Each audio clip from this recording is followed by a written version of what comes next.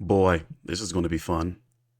This is a day in the life of a childless woman. I wake up at 6 a.m. I remember that I have no kids to take to school, so I take an edible, masturbate, and go back to sleep.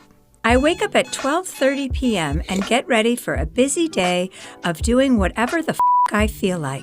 I put on my most impractical and stylish shoes since I won't be chasing a child around the grocery store. I go to my fave spot in Paris to grab a croissant. I do a meditation sesh on the plane since I have no screaming kids, allowing me all the time in the world to become enlightened. The weightlessness of my existence has granted me superhuman powers.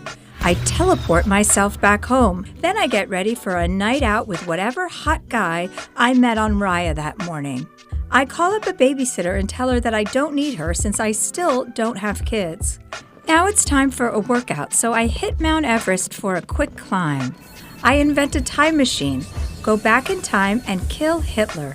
Freeze, you bastard! It's amazing what you can do when you have this much free time. And that's a day in the life of a childless woman. This is a day. And sadly, outside of the going back in time part, and I'm talking from an African American male standpoint when it comes to women, black women, and obviously she's a white woman, but hey, let me stay on track.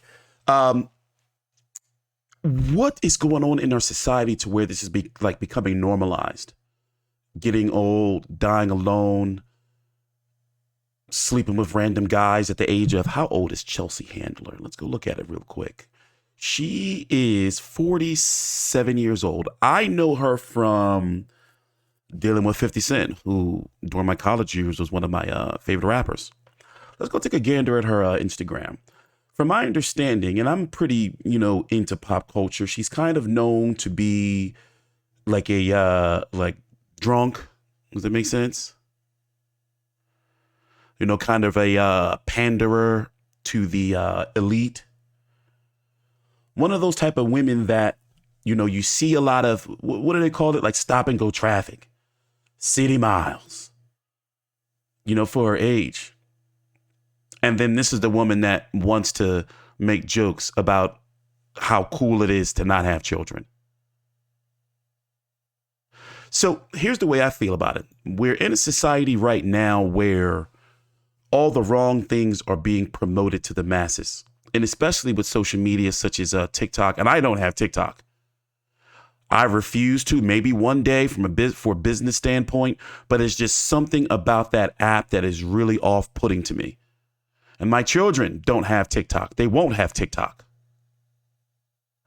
But we're seeing more and more in society when you look at the Grammys, when you look at just television, children's cartoons, where these ideologies are being pushed on us. And in reality, I feel it's being pushed on our youth. Don't have kids, be promiscuous, do drugs, sleep around, brag about it.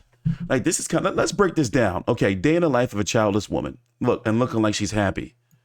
Day in the life of a childless woman. I wake up at 6 a.m. Okay, I start my days at about 4:30-ish. I remember that I have no kids to take to school, so I take an edible, masturbate, and go back to sleep. I wake up at 12:30 p.m. and get ready for a busy day of doing whatever the I feel like. I put on my most impractical and stylish shoes since I won't be chasing a child around the grocery store. I go to my fave spot in Paris to grab a croissant.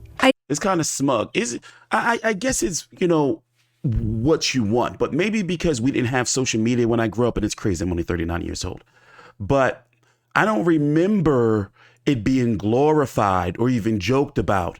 You were kind of shunned and kind of an outcast, like, oh, you're not married, you don't have any kids. Now, I'm not saying that's for everyone, but to glorify it is my issue. Like, where are we going with this?